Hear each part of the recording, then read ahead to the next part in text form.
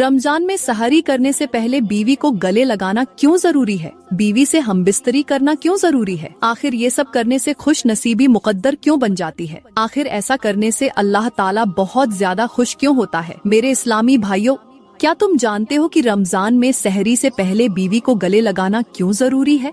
या बीवी के साथ हमबिस्तर होना उस वक्त क्यों बरकतों का जरिया बन सकता है? और वो 3 खास बातें जो अगर बीवी के कान में कह दी जाए तो न सिर्फ तुम्हारी जिंदगी बदल सकती है बल्कि तुम्हारी किस्मत भी संवर सकती है। ये कोई आम बात नहीं, ये वो राज हैं जिन्हें जानकर शायद तुम हैरान रह जाओ। अक्सर लोग इन चीजों को नजरअंदाज कर देते हैं और अपनी खुश नसीबी के दरवाजे खुद ही बंद कर लेते हैं, मगर जो लोग इस हिकमत को समझ लेते हैं उनके घरों में सुकून, मोहब्बत और अल्लाह की खास रहमत नाजिल होती है।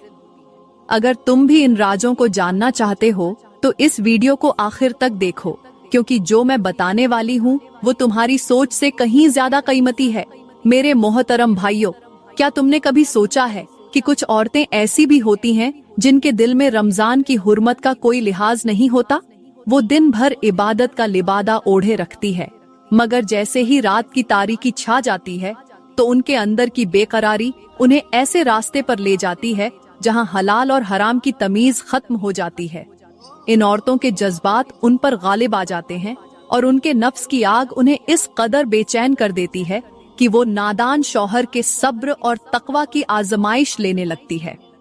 रमजान वो महीना है जिसमें इंसान को अपने नफ्स पर काबू पाने का हुक्म दिया गया है, मगर कुछ औरतें अपने जज्बात को कंट्रोल करने के बजाय शौहर को बहकाने लगती हैं, शौहरों को मजबूर कर देती हैं कि वो अपनी ख्वाहिशात के हाथों मगलूब हो जाए, यहाँ तक कि वो शौहर रोजा तोड़ने के बिल्कुल करीब पहुँच जाता है। ऐसी औरतों के दिल में वही बसा होता है जो आदम अलैहिस्सलाम को जन्नत से निकालने का सबब बना था, वही जो रोजे अव्वल से इंसान के ईमान का दुश्मन है, जो हर नेकी के रास्ते में हायल होता है। वो चाहता है कि कोई भी इंसान अल्लाह की बंदगी में न रहे बल्कि अपनी ख्वाहिशात का गुलाम बन जाए।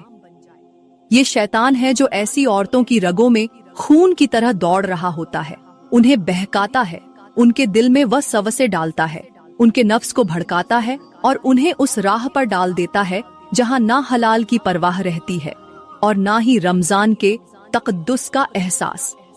हालांकि रमजान के महीने में शैतान को जकड़ दिया जाता है, एक नहीं बल्कि तमाम शयातीन को।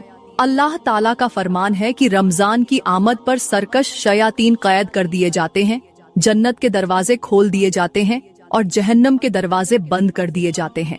अब सवाल ये